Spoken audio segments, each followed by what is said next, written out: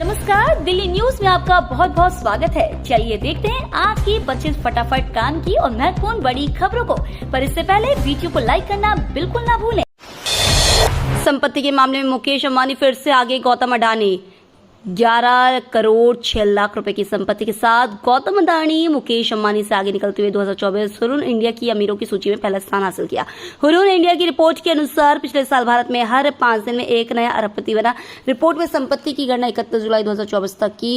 Hurun India के संस्थापक और मुख्य शोधकर्ता अनस रहमान जुनैद ने कहा, भारत एशिया के धन सृजन इंजन के रूप में उभर रहा है। चीन में अरबपतियों की संख्या में 25% की गिरावट देखी गई, जबकि भारत में इसमें 29% की वृद्धि हुई। 4 सितंबर को होंगे सभी 12 वार्ड समितियों के चुनाव। आज तक नामांकन दाखिल कर सकेंगे पार्षद। दिल्ली नगर निगम की सभी 12 वार्ड समितियों के चुनाव 4 सितंबर को होंगे। इस संबंध में निगम ने अधिसूचना जारी कर दी। वार्ड समितियों के अध्यक्ष, उपाध्यक्ष और स्थायी समिति के सदस्यों के लिए पार्षद आज तक नामांकन पत्र दाखिल कर सकेंगे। मतदान की प्रक्रिया शुरू होने से पहले तक नामांकन वापस लिया जा सकेगा। निगम सचिव कार्यालय आज ही नामांकन पत्रों की जांच करेगा। पूजा खेड़कर को दिल्ली हाईकोर्ट ने दी बड़ी राहत। 5 सितंबर तक गिरफ्तार नहीं करने के आदेश। दिल्ली हाईकोर्ट ने निलंबित ट्रेनी आईएएस अधिकारी पूजा खेड़कर की गिरफ्तारी पर फिलहाल रोक लगा दी है। पूजा को यह राहत अगली सुनवाई की तारीख यानी 5 सितंबर 2024 तक मिली है। दिल्ली हाईकोर्ट के जस्टिस सुब्रमण्यम प्रसाद ने पूजा खेड़कर की अग्रिम जमानत याचिका पर सुनवाई 5 सितंबर तक के लिए टाल दी है। दरअसल गिरफ्तारी पर रोक इसलिए लगी है क्योंकि दिल्ली पुलिस ने पूजा खेड़कर द्वारा दाखिल जवाब पर विचार करने और नई स्थिति रिपोर्ट दाखिल करने के लिए समय मांगा था। दिल्ली में ऑटो रिक्शा वालों की बल्ले बल्ले 1,05,000 वाहनों को ट्रैकिंग शुल्क देने से मिली छूट। दिल्ली सरकार ने लगभग 1,05,000 सार्वजनिक सेवा वाहनों को वाहन ट्रैकिंग शुल्क से छूट दे दी है। इस आशय की घोषणा परिवहन मंत्री कैलाश गहलोत ने गुरुवार को सचिवालय में आयोजित पत्रकार वार्ता में दी। परिवहन मंत्री कैलाश गहलोत ने कहा कि वर्ष 2019 में सरकार ने ऑटो रिक्शा के लिए वाहन ट्रैकिंग शुल्क माफ कर दिया था। गहलोत ने कहा, दिल्ली में 2,05,000 सार्वजनिक सेवा वाहन है, जिन्हें 85,000 ऑटो रिक्शा भी शामिल है। ऑटो रिक्शा को पहले से ही 1,200 रुपए वाहन ट्रैकिंग शुल्क का भुगतान करने से छूट दी गई है। अब लगभग 1,05,000 वाहनों को भी इस वार्षिक शुल्क का भुगतान करने से छूट दी जाएगी। राहुल गांधी जल्द शुरू करेंगे भारत जोड़ो यात्रा। कांग्रेस नेता ने वीडियो शेयर कर समझाया। कांग्रेस नेता और सांसद राहुल गांधी ने सोशल मीडिया साइट एक्स पर एक पोस्ट किया है, जिसमें उन्होंने लिखा है कि हमारा मकसद इन युवाओं को इस जेंटल आर्ट की खूबसूरती से रूबरू कराना था। मेडिटेशन, जियो-चित्सु, आईडिको और नॉन वायलेंट टेक्निक्स का कॉम्बिनेशन है। हम चाहते थे कि हिंसा की जगह उनमें जेंटलनेस हो, इस कारण उनमें अधिक दया भाव आए और हमें सुरक्षित समाज बनाने में मदद मिल सके। उन्होंने लिखा, इस राष्ट्रीय खेल दिवस पर मैं आप सभी से अपना अनुभव शेयर करना चाहता हूं। उम्मीद है कि आप में से कुछ लोग जेंटल आर्ट की प्रैक्टिस के लिए इंस्पायर होंगे। भारत जोड़ो यात्रा जल्द ही आ रही है। 4 दिन में पार्षद का बीजेपी से मोहभंग, फिर आप में की घर वापसी। दिल्ली नगर निगम की वार्ड समितियों के चुनाव से पहले राजनीतिक उठापटक तेज हो गई है। ताजा मामले में भाजपा को झटका देते हुए गुरुवार को वार्ड नंबर 28 से पार्षद रामचंद्र वापस आम आदमी पार्टी में शामिल हो गए हैं। दिल्ली के पूर्व उप मुख्यमंत्री मनीष सिसोदिया और आप सांसद संजय सिंह ने रामचंद्र को वापस आम आदमी पार्टी में ज्वाइन कराया। उन्होंने बीती 25 अगस्त को ही आम आदमी पार्टी छोड़कर भाजपा ज्वाइन की थी। यात्रियों से भरी चलती क्लस्टर बस में लगी भीषण आग, बाल बाल बचे पैसेंजर। राजधानी दिल्ली के जगतपुरी इलाके में गुरुवार सुबह तकरीबन 10 बजे सवारियों से भरी डीटीसी के तहत चलने वाली लो फ्लोर एसी क्लस्टर बस में आग लग गई। जिस दौरान आग लगने की घटना हुई, उस वक्त बस में कई यात्री मौजूद थे। यह बस रूट नंबर 340 है। यहाँ मौजूद एक शख्स सुरेंद्र भोला ने बताया कि पीछे से आ रहे बाइक सवार ने बस ड्राइवर को दी जानकारी कि बस में धुआं निकल रहा है। इसके बाद बस को रोका गया और बस में सवार सवारियों को उतारा गया। मोदी कैबिनेट का फैसला, 12 नई स्मार्ट सिटी और 10 लाख नई नौकरियां। मोदी कैबिनेट ने घरेलू विनिर्माण को बढ़ावा देने के लिए 10 राज्यों में 12 नए इंडस्ट्रियल सिटी बनाने के इस प्रोजेक्ट को मंजूरी दी है। कई शहरों के बनने से करीब 10 लाख प्रत्यक्ष रोजगार और नियोजित औद्योगिकरण के जरिए 30 लाख अप्रत्यक्ष रोजगार पैदा होने का अनुमान है। कई परियोजनाओं से लगभग 1,52,000 करोड़ रुपए की निवेश क्षमता भी पैदा होगी। मोदी सरकार ने रेलवे के लिए भी कई इंफ्रास्ट्रक्चर प्रोजेक्ट्स को मंजूरी दी है। खड़गे ने मोदी सरकार पर निशाना साधा, कहा बेटी बचाओ नहीं, बेटी को बराबरी का हक सुनिश्चित करो।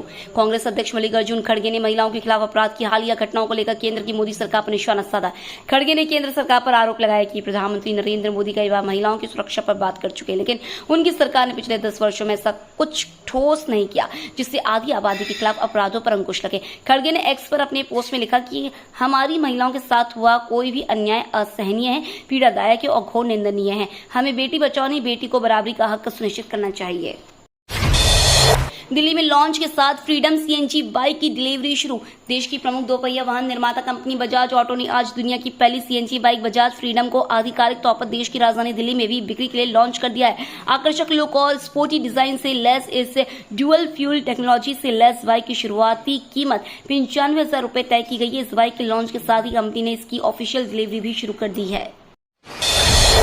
डीडीए ने आवासीय योजना में विशेष रणनीति से किया काम ताकि बिक जाए सभी फ्लैट। आवासीय योजना के सभी फ्लैटों की बिक्री सुनिश्चित करने के लिए दिल्ली विकास प्राधिकरण इस बार विशेष रणनीति पर काम कर रहा है।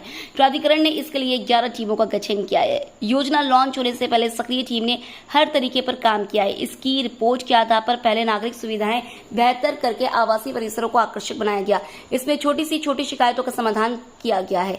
योजना पर लोगों की शुरुआती प्रतिक्रिया को बेहतर बताते हुए डीडीए अधिकारी उम्मीद कर रहे हैं कि इस बार सभी फ्लैट बिक जाने चाहिए। दिल्ली एनसीआर के 38% घरों में वायरल फीवर के मरीज, सर्वे में हुआ चौंकाने वाला खुलासा। बारिश के मौसम में बीमारियां भी बढ़ जाती हैं। सर्दी जुकाम से लेकर वायरल फीवर इन दिनों तेजी से फैलता है। इस बीच एक हैरान कर देने वाली खबर सामने आई है। दिल्ली एनसीआर में सीजनल फीवर के मामले लगातार सामने आ रहे हैं। एक सर्वे के मुताबिक 38% दिल्ली एनसीआर के घरों में कोई न कोई फीवर से ग्रस्त है। डॉक्टरों ने गले में खराश, बुखार, सर्दी या खांसी जैसे लक्षण दिखाई देने पर इलाज की सलाह दी है। राजेंद्र नगर कोचिंग हादसा, कोर्ट ने नहीं दी बिल्डिंग इस्तेमाल की इजाजत। राव जीवनी कोर्ट ने ओल्ड राजेंद्र नगर स्थित coaching centre Rouse IAS study circle को उस बिल्डिंग परिसर के इस्तेमाल की इजाजत देने से इनकार कर दिया, जिसके बेसमेंट में बारिश का पानी भरने से सिविल सर्विसेज की तैयारियों में लगे 3 बेकसूर स्टूडेंट्स की डूबने से मौत हो गई थी। अदालत ने कहा कि संबंधित बिल्डिंग की सुरक्षा पर विचार करते हुए बेसमेंट को अलग इकाई के तौर पर नहीं लिया जा सकता। Additional chief judicial magistrate 2 Nishant Garg ने संबंधित कोचिंग सेंटर के मालिक अभिषेक गुप्ता की अर्जी को खारिज कर दिया, जिसके जरिए उन्होंने उस बिल्डिंग परिसर के बेसमेंट के अलावा बाकी हिस्सों के इस्तेमाल की इजाजत मांगी थी। एफआईआर रद्द करने की मांग को लेकर दिल्ली हाईकोर्ट का बीजेपी नेता से सवाल। दिल्ली हाईकोर्ट ने बीजेपी नेता और भारतीय कुश्ती महासंघ के पूर्व अध्यक्ष ब्रजभूषण शरण सिंह से गुरुवार को पूछा कि वे किस आधार पर अपने खिलाफ महिला पहलवानों के कथित यौन उत्पीड़न से जुड़ी एफआईआर को रद्द करने की मांग कर रहे हैं। मामले में सिंह के खिलाफ यौन उत्पीड़न के आरोप तय हो चुके हैं और ट्रायल कोर्ट अभियोजन के साक्ष्य दर्ज कर रही है।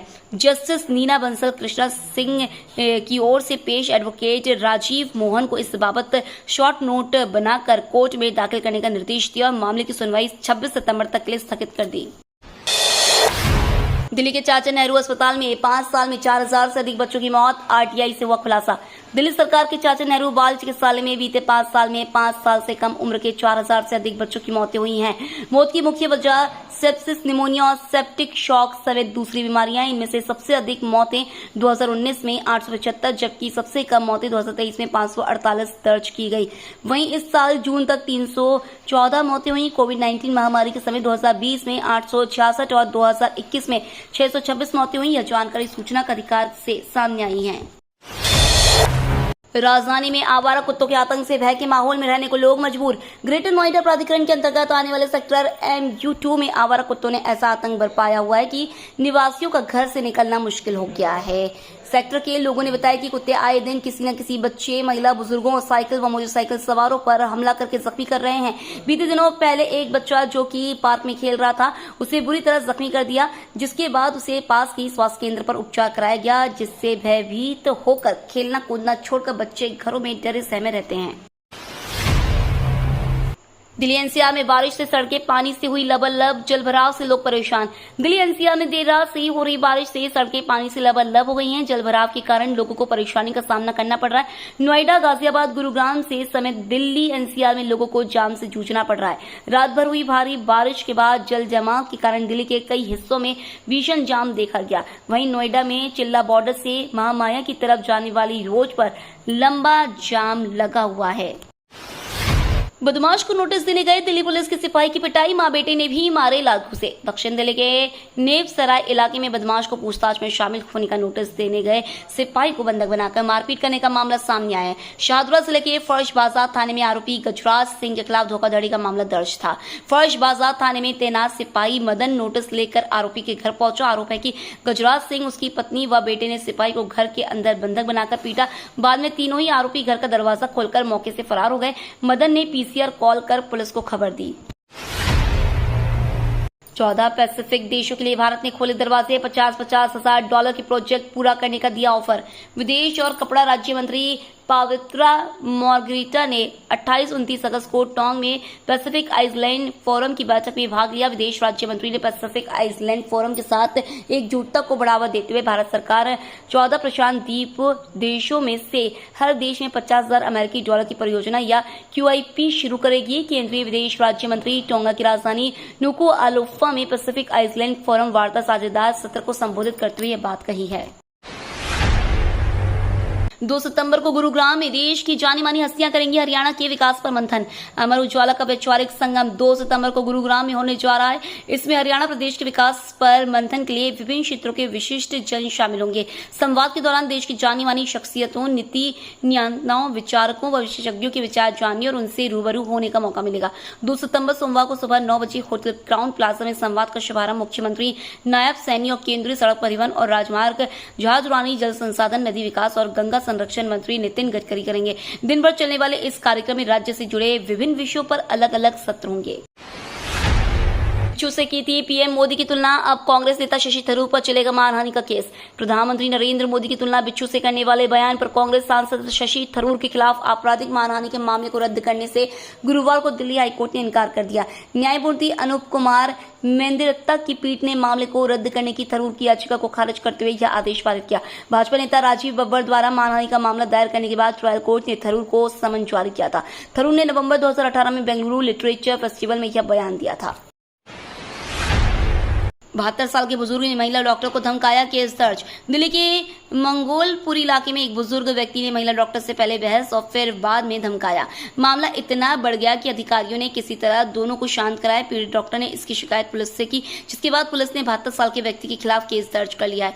मंगोलपुरी के संजय गांधी मेमोरियल अस्पताल में ड्यूटी पर तैनात एक महिला डॉक्टर ने अपनी लिखित शिकायत में आरोप लगाया कि जब 28 अगस्त को सुबह 10 बजे वो रजिस्टर में मरीज की डिटेल दर्ज कर रही थी, उसी समय एक बुजुर्ग व्यक्ति आया और एक शख्स के बारे में पूछ रहा था। डॉक्टर ने बताया कि चूंकि वो उस व्यक्ति को नहीं जानती थी, इसलिए दोनों में बहस हो गई और उसके बाद बुजुर्ग व्यक्ति ने उसे धमकाया और डराया।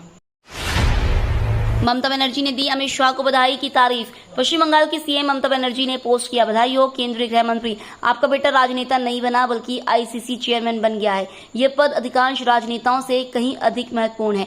सच में आपका बेटा बहुत ताकतवर हो गया है। उसकी इस सर्वोच्च उपलब्धि पर बधाई देती हूँ। ममता की इस पोस्ट को यूजर्स तंज की तरह देख रहे हैं और इसे परिवारवाद से जोड़ रहे हैं। कुछ लोगों ने उन्हें अभिषेक बनर्जी का उदाहरण भी दिया। एनपीसीआई का ऐलान, मोबाइल नंबर से होगा फास्टैग का भुगतान। भारतीय राष्ट्रीय भुगतान निगम ने फास्टैग यूजर्स को खुशखबरी दी है। एनपीसीआई ने ऐलान किया कि फास्टैग का भुगतान मोबाइल नंबर से किया जा सकेगा। जल्द ही ये सुविधा उपलब्ध होगी। एनपीसीआई ने ग्लोबल फिनटेक फेस्ट 2024 की कुछ फोटो एक्स पर शेयर करते हुए लिखा, एनपीसीआई की ओर से एक और अग्रणी इनोवेशन, सिर्फ मोबाइल नंबर का इस्तेमाल करके सरलीकृत फास्टैग भुगतान के साथ सादगी की शक्ति का अनुभव करें और आगे बढ़ते रहें।